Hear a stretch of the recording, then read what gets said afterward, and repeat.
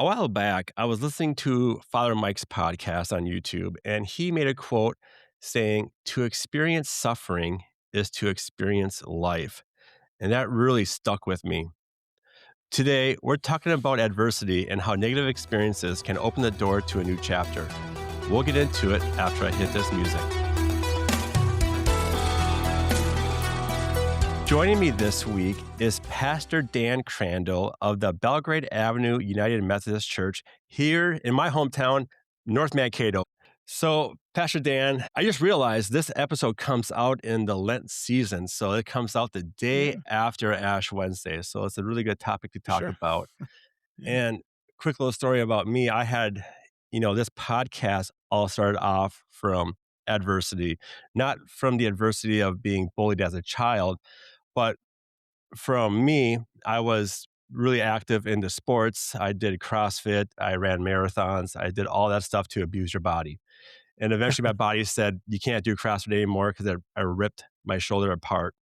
And I was bummed out because I lost my CrossFit family. I couldn't do CrossFit anymore because I had a hurt shoulder. And the doctor says you can't do that stuff anymore. So, which led me down to a path of finding something different to do. To fast forward a little bit, I found a new fitness community online, which was part of the Eric the Trainer, who also helped founded the Cry Chop Bullying program. But I joined his community, and then he actually pushed me into teaching people more about bullying, how to overcome it, and awareness. So, what turned out to be a negative in my life turned out to be what we're doing here today. So, adversity can be a good thing. But when people hear the word adversity, they also think usually big life moments. And how do you define adversity in everyday situations people face? Yeah, I think whether it's the big things or the little things, I think adversity is just anything that seems like a roadblock or anything that seems like it stops you when you're going somewhere, you know? I always think in terms of story as a pastor, like I tell a lot of stories and on the side as a like an independent filmmaker on the side too. When you think about it in terms of story, every story is all about adversity. It's the usually the best stories are the ones that where the character has to undergo the most adversity, where they get something like a goal or a want in their mind, and then all these obstacles are in the way, and they don't foresee the obstacles, but so those obstacles are adversity. Like you said, whether it could be big things like major job loss or little things just like, I tried to I was trying to get somewhere on time, but there was traffic and I was late or something like that, you know? So, any kind of roadblocks. Yeah, as a pastor, I feel like you must deal with like the heavy big life moments. Um, Especially the biggest one I could think of, death of a loved one. How do you help people see the positive in that? Not trying to make light of anything, because obviously that's a dark time for people. Like, how do you comfort those type of people? Yeah, that's a fantastic question, and there's, um, I always joke about this with friends that are not in religious circles that you kinda have to be different in the head to operate well in those situations, you know? I think that when people are grieving, different people grieve differently. Different people have I don't wanna say levels of grief because that means that we're, like, comparing people's grief, but Yeah. that's not what I mean by that, but there's varying kinds, I guess, of grief is a better way of saying. And, like, if someone loses a loved one, sometimes they kinda know it's coming and they've prepped, even though you can't really prep, but it it it's slightly different kind, and then or if it's something that's out of nowhere, sudden, or sometimes that's something that's really tragic, like a, young person or a young person passes or something of that nature. I think there's different flavors of the approach that I can take, but really the main approach I take is presence. I don't come into a situation expecting to fix anything or change anything or influence or inspire or whatever. It's, really just sit with them and kinda shut my mouth as much as possible, and I don't talk a lot. I'm naturally an introvert, which if when people see me in like, on Sunday morning or something, they don't believe that, but I always kind of say, well, I'm not an extrovert. I just play one on TV kind of thing. But I'm naturally an introvert. So it's easier for me to kind of quiet down and listen and keep my thoughts to myself unless someone asks for them. But the biggest thing is allowing people to have their emotions and not do the at least things. Well, at least you don't, or well, look at the silver lining. And those statements are usually well-meaning, but do the opposite. And so, Yeah. I always try to let people stay in their dark places because we're afraid of dark places, but a lot of times the dark places is where the healing happens. Like, you and I know, like, if we're exercising hard, you need to have rest days to recover, otherwise you're really gonna injure yourself, and I think emotionally dark places are those times when it's kind of like an emotional resting place, I think. So, yeah. Yeah. Are there like, with a lot of things that we go through, there's like, we got warning signs, like, um, for instance, we could have really negative, bad thoughts, whatever. But, dealing with like something tragic, like for myself, losing my gym community, to me, that was a big deal. But Yeah. it's like, oh my gosh, what's going on? But, you know, maybe we'll take a little step back. Maybe, you're the kid at school getting picked on the whole time. Nobody likes you, or your boss hates you. Is there like something a person can do to recognize that this is adversity? Because I feel like adversity is hard to pick up. You just think, well, I'm Tim Flynn, everything bad happens to me anyways. You know, Yeah. but is there things to look for or to reflect on, like, why is this happening? What can I do to make it better? Sure. Yeah. There's a couple different ways I could kind of approach that question. I was bullied as a kid, growing up in the '80s and '90s. I'm I've always been a kind of a bigger guy, bigger kid, but I've always been, because I was introverted, and I've always dealt with the timidness or social anxiety, Mhm. timidity. And as a kid, you know, kids can be cruel and they pick up on that. And so I've always kind of grown up with that in my rearview mirror. And to the point, like in high school, I couldn't tell if people were picking on me or just being friends with me or being kind of, how Yeah. guys do sometimes, they kind of jest with each other. I've never really under gotten I've never been able to pick out the difference to know which side of the line that's on. Are they accepting me and playing with me, or are they being playful, or are they teasing me and making fun of me? I still don't know. I grew up in a neighborhood where there weren't a lot of other guys around. It was most of my friends were girls up until late high school. And so I think now as an adult though, when something happens, I think I've kind of learned to take a deep breath and take a step back and go, okay, this again. What am I going to do? I There's a couple examples I can offer. There's big ones and little ones, but I guess I'll just kind of go back to a bigger one Yeah, go ahead. and then kind of pull it back to the small things. But being around death all the time, I don't want to say I'm used to it, but it's easier to navigate. But that said, my about 2 years ago or so, my mom passed away, and we'd moved her up. I'm from Monticello, little town west, about half hour west of Minneapolis, and now we live in Mankato, about an hour and a half south of Minneapolis. So we moved her down here. My dad had passed away a few years earlier, um, and so she lived about a mile or two from us. And I was at my office late working on something one night, and I was on my way home, and I stopped to check on her because my wife couldn't get a hold of her. And so I had went in there, and her door was locked, so I had her house key, and so I opened it up and um, found her just kind of sitting on a bench in her doorway. She must have let her dog inside and just kind of sat down and peacefully went. And when I saw her, I just kind of I quickly closed the door and took her pulse. And when there wasn't any, I just kind of sat down next to her and kind of went, "Okay, this is happening," and it took a moment, and then of course then you break down and you let your emotions come out however they come out. But And, but that quick moment is a moment that I recognize later on when reflecting that I do that a lot. Like, if something happens, I'm like, "Okay, this is happening. Now what?" You know? And I don't know if that's developed. I don't know if I did that intentionally or if it just happened over time because of personality or what, but that's something that I find out a lot. Like, if somebody, every once in a while, being a pastor, you get all kinds of when you do something that people don't agree with, you get, angry comments or angry emails, or, or sometimes they'll come to your office door, which I actually appreciate more because then there's a dialogue being Yes, in invited person. instead of Yeah. just and they don't hide behind their keyboards.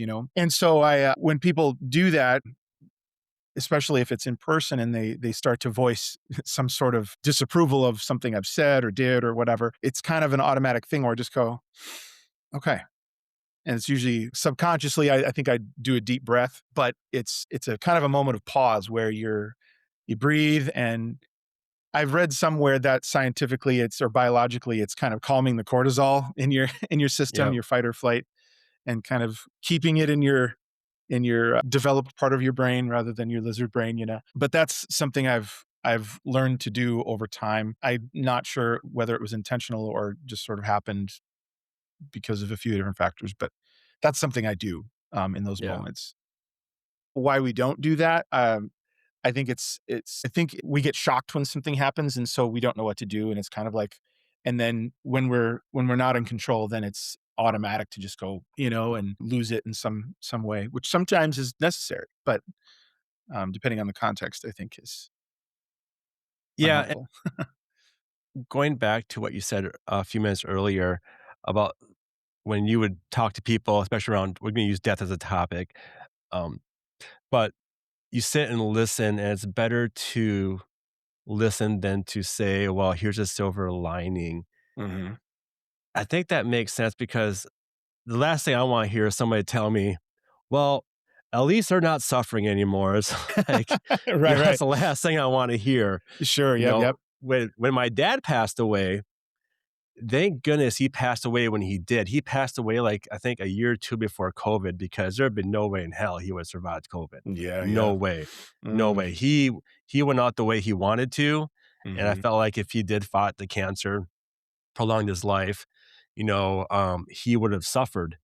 And thinking about that, it's like, I didn't agree with my dad choosing hospice at that time, but it's like, "Oh my gosh, if he he fought this, COVID woulda kicked his butt."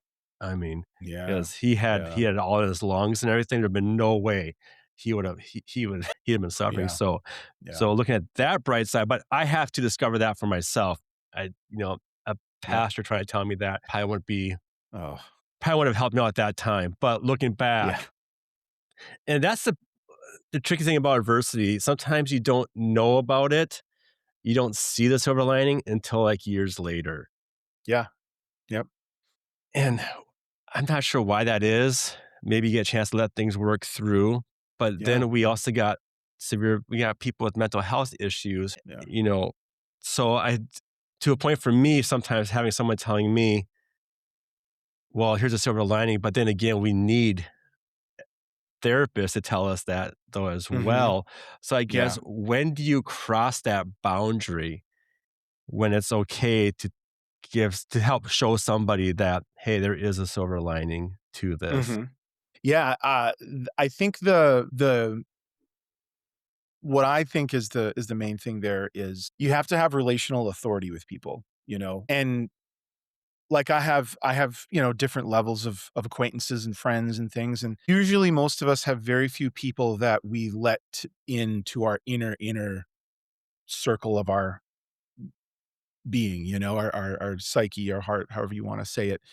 Um, and those people who know us well and who we know well, I think will know us and we will know them, enough to be able to kind of feel that out when, okay, I need to say this right now, or I need to give you a hard truth right now, or a hard perspective, maybe a better way of saying it right now.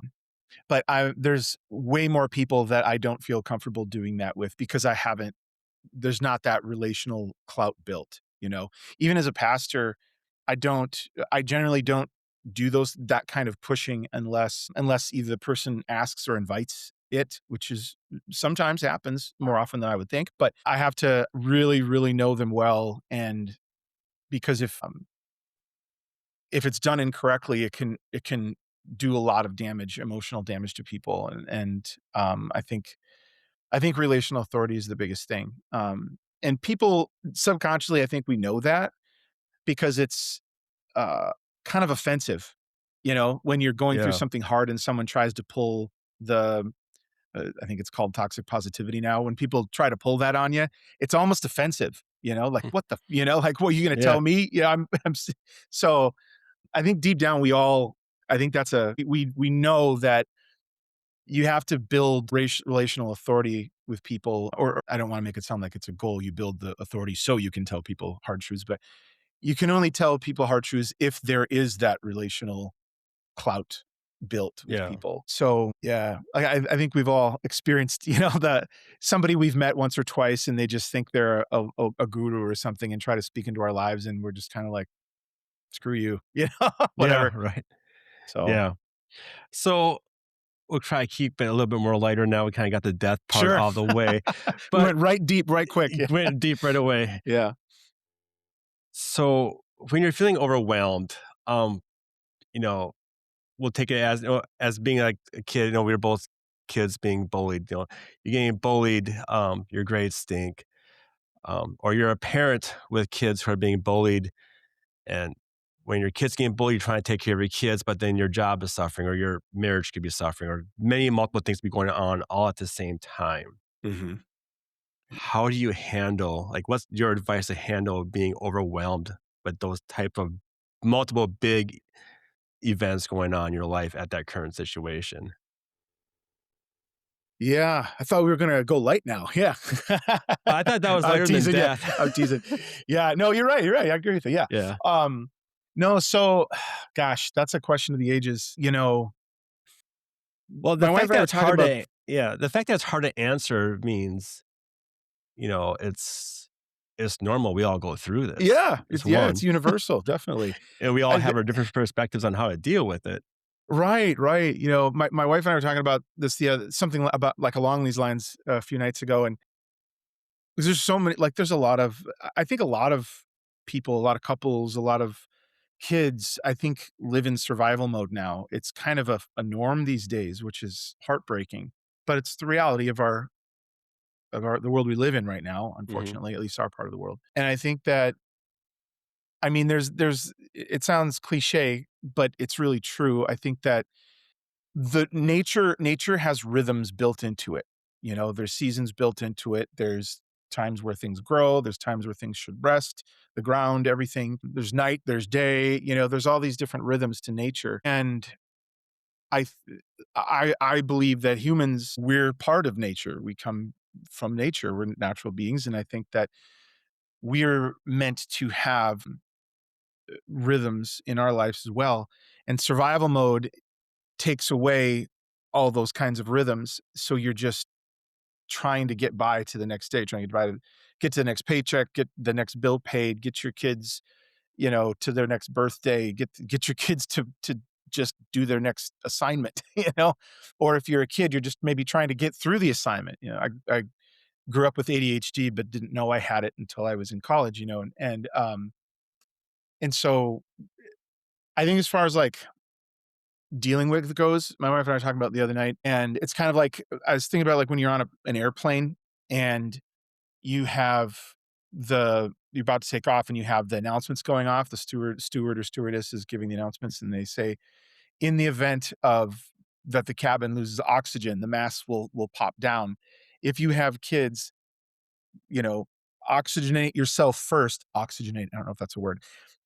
Make sure you get oxygen first before you give it to your kids, because you have to be able to be coherent to help your kids, And I think that navigating adversity communally means we have to figure out a way to take care of ourselves first.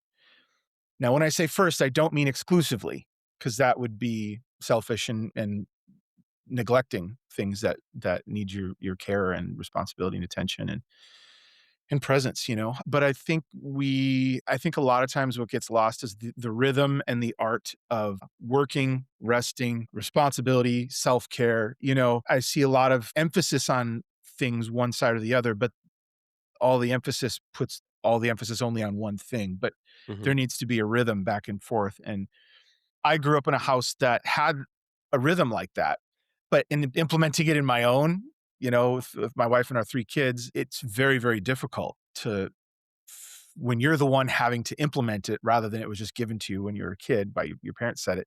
Now it's kinda like I'm realizing the adversity is, how do I do this? You know, trying to solve that problem.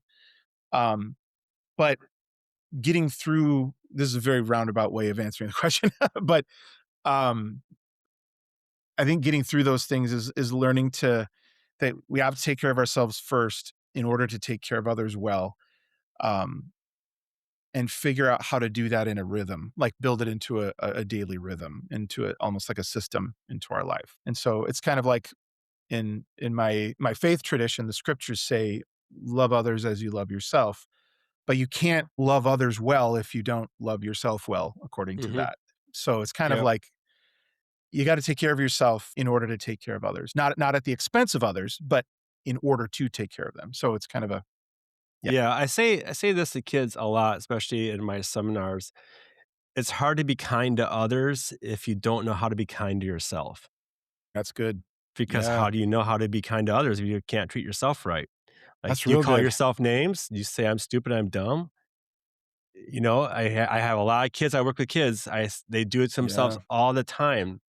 You know, it's like, you know That's a message for all of us. Yeah. yeah, Mm, you won't say it to your friends, but why do you say it to yourself? So you're not being kind. right. You're not a kind Yeah. person. You may think you're kind, but you're not being kind because you're treating yourself, Yeah, it's good. poorly.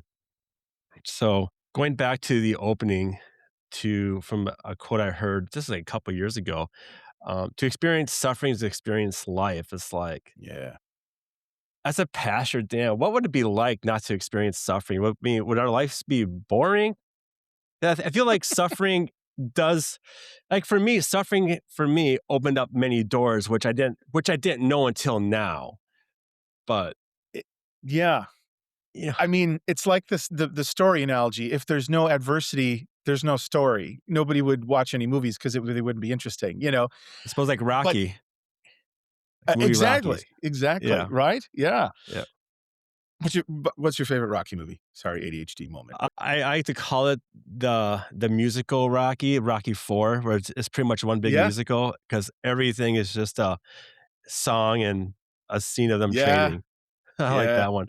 But the first that's one's good. always still my favorite. The first one is really good. Yeah, After yeah, Rocky 4, the rest of them I didn't care for. yeah. Yep, yep. Yeah. Yeah, I like 3 the best. I like 3. 4 is That's what I mean, yeah. yeah, three's got the Hulk Hogan and Mr. T in it, correct? Yeah, yeah, yep, yep. Yep.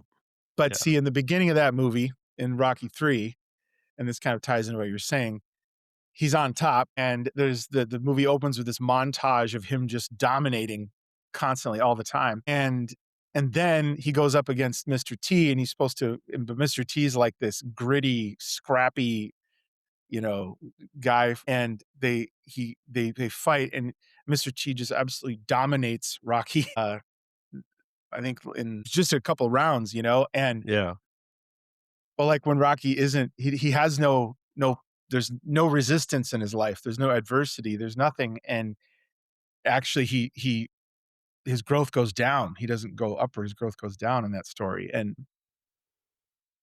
I think it would life would be we wouldn't grow without adversity, you know, muscles don't grow without resistance, um, That's a good point. and I think that if you think about it in terms of problem solving, like, "Okay, I want to do this, but in order to do that, I know that I'm gonna have to navigate this and this and this. How am I gonna get through that? How, you know, it's that's life is just figuring out how you're gonna do stuff. That's adversity, you know, that's dealing with adversity, problem solving. And sometimes the problems are very deep and emotional and big, you know, like death. Like, how am I gonna get through this? How am I gonna plan this funeral when you know, how am I gonna get up and speak to my family when I don't have any energy to speak interpersonally with you, right? Because I'm so, or it's whether it's the big stuff or the little things like, all right, what am I gonna have for supper?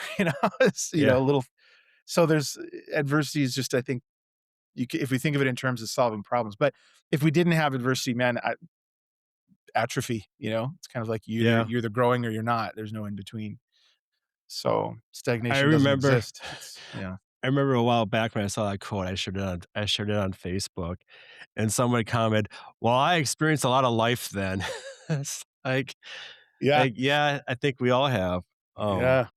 what is wrapping this all up here, what is one Mhm. thing parents can help with their kids when they're experiencing adversity? Because a kid's not gonna understand what adversity is or that what you're going through could possibly lead you to a new door. So, for instance, say they didn't make the sports team, whatever. How can a parent kinda coach their kid on how to handle adversity? Well, I think it's as with anything, each child is different in how they respond to that that stimulus, that adversity, that um I know with my 3 kids, eh, dealing with something that's maybe disappointment that has caused disappointment or some sort of a grief or some sort of a heartbreak or heartache or just angry, if it depends on what the adversity conjures up in them. Maybe they got angry because something didn't go their way or they're hurt, or one of our kids a lot of times just gets numb and doesn't want Hmm, to, and so regardless of the nuance of how you deal with each kid, I think one of the kind of through lines that is the same no matter what is let them talk it out. Try to get them to talk it out. If they don't want to talk it out, respect the boundary. Let them know you're there when they're ready to talk. Sometimes I'll kind of not trick them into talking, but you can kinda tell sometimes they say they don't wanna talk, but really that's code for they wanna get it off their chest, but it's painful and they yeah. don't know, it's too much headspace to use that they don't have right now to get it out. So, in those moments, I'll just sort of ask small questions about something that happened, like, did somebody say something to you? Did someone do something to you?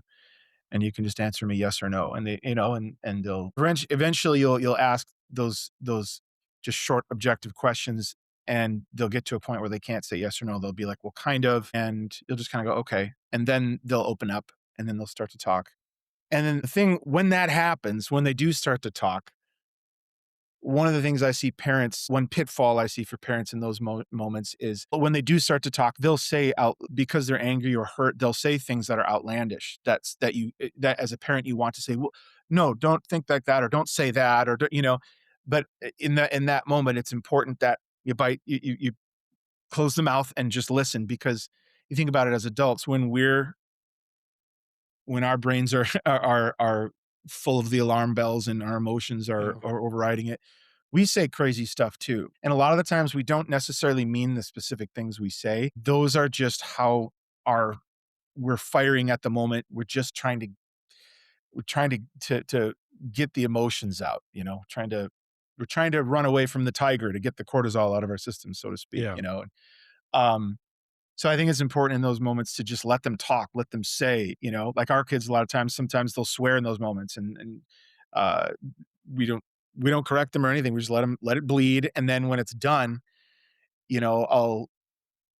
we'll affirm those feelings like, man, that sounds really hard, like, or if it feels right, again, kind of judging by each child how they'll receive this or not, because as a parent,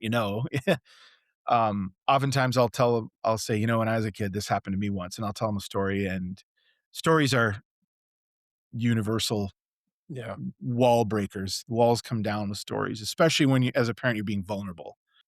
There's been some times when instead of like, I'll tell them a story in those moments where from when I was growing up, when I wasn't like, when maybe it wasn't something that happened to me like it's happening to them. It's something that I did to somebody else to give them perspective. Um, and I didn't know that I was doing it, or maybe I did it, but at the time I didn't know why. And as I grew up, I realized it was wrong or something. So I think the biggest thing is just letting them talk, get it out, let them get it out, you know, and just be there for them. And Yeah. to a certain extent, respect their boundaries, because Yeah. they're kids. Sometimes they need wider boundaries or stricter boundaries than they think sometimes, but that's usually an exception to the rule. Yeah. So I think that's but and Yeah. just vulnerability and listening by Yep. parents. And then for adults that are overwhelmed, what are some good advice and tips to kinda handle those stressful situations? Yeah. Just listening, affirming. When I guess I'm for if like a I'm for like an adult myself, say I don't have no one to talk to, like, how can I personally oh, I see. deal Yeah. with the stress that's going on? Gotcha, gotcha. Yeah. Yeah, I mean, I have going back to kind of the rhythms.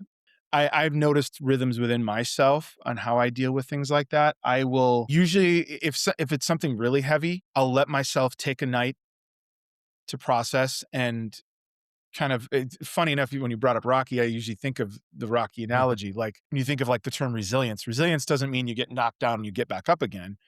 It can mean that, but you can take a moment. You can take a beat if you need to. You can take a night or 2 or a day or 2 and let yourself process, bleed the emotions. I mean, as long as it's not hurting anyone or hurting yourself, whatever way is most helpful, and just kinda let them sit in it. I mean, other people might say, "Let yourself wallow, have your pity party." I don't like those terms, but in essence, you let yourself have it.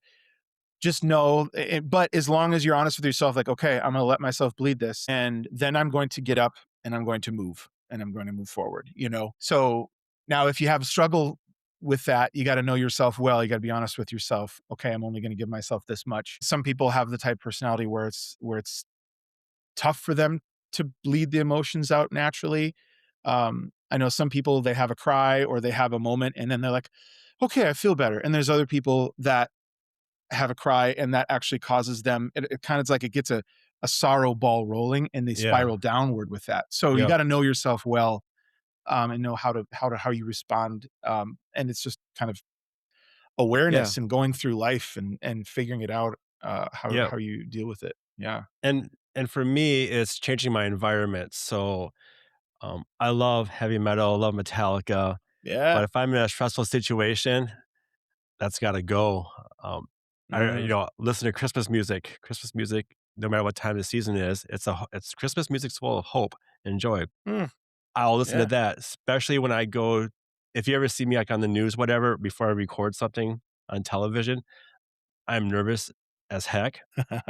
I will listen to Christmas Yeah. music that day just to calm my nerves down because it works for me. Wow, that's Or great. if I'm home, I'm playing Madden on PlayStation. I'll play video Yeah, games just to get my mind away from it and to clear clear my head space and get out of that. sure.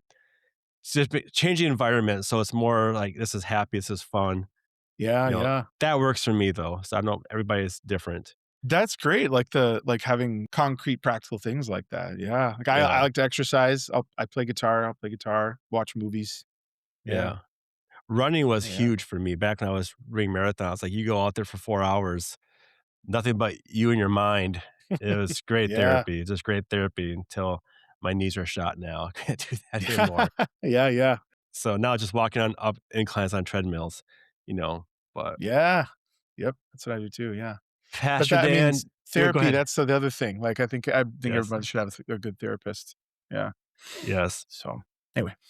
Pastor Dan, do you have any other final advice or thoughts on dealing with adversity? At the time you may not know that's what's going on. It's just being stressed, overwhelmed. Anything Yeah. you want to push out there or You're more valuable than you realize. I think that if we would recognize that, and there's whether you feel like you're alone or not, there's people that depend on you, and I think it's tough to see that. It's tough to see the value in your life when you're going through yeah. hard things, when things are pushing back on you, or maybe it's a goal you have and you feel like you're going to be a failure, or the classic. I feel like by now in my life I should be farther along. That Mhm. statement that's with all of us. I've said that thousands of times to myself. Regardless of what it is, I think it's just a roadblock, and breathe through it. Take your moment and just keep moving. I can't promise it's going to be fine, but I can promise you'll be fine if you keep moving, you know? And so, Yeah. Awesome. Pastor Dan, now you are, obviously we said this many times, you're a pastor. If people want to listen to your sermons or follow you online, where can they do that? yeah, we have gosh, we have a tech guy awesome tech guy who takes care of all this. I'm not sure if we live stream on Facebook. I think we do, but our website, www.BAUMC, Belgrade Avenue United Methodist Church, BAUMC.org, will have links to like our social media. Like we have YouTube primarily. We'll live stream on Sunday mornings on YouTube, and then it's available instantly to watch whenever on YouTube. Um, so yeah. Perfect. Yeah, I'll put that in the podcast description, and people watching on YouTube, or if they're watching on the Empower Me television channel on Roku, you saw that go across your TV screen. So, Pastor Dan, thank you so much for coming on today. Yeah, thanks, Tim. And I just want to say quick too, I really appreciate everything you do. Like you've got my son Charlie in your class, and everything that you've done. His confidence and his demeanor in life has been revolutionized in the last 2 years that he's been in your program. And so I Oh, thank you I so love much for working all with you Charlie. do. Yeah. Charlie's like a puzzle to me. You gotta kind of sort him out a little bit. You gotta find out what he likes to do, what he doesn't like to do, especially right Yeah. now with training him how to become like a leader in class, like how to teach, work with our kids. So you gotta get him interested. But so I think I'm figuring it out now. I kind of know what he likes. So You're great it's with like him. every kid's not the same. You gotta find what they like, what they don't like, and so there's a lot of testing things. So Yeah. well, Well, thank you, because yeah. it's You bet. amazing. Thank you. Yeah. Awesome. Thanks for that, Dan. Yeah. All right. You have a good day. You too. If this episode helped you, please share it with someone who might need to hear it. And to learn more about our nonprofit, Karate Chop Bullying, and the anti-bullying and confidence building programs we offer youth, visit karatechopbullying.org. For podcast episodes and updates, go to breakingbullying.com or email us at any time at breakbullyinghere@gmail.com. I'm Tim Flynn. Thanks for listening, and I'll see you next time as we keep breaking the silence on bullying.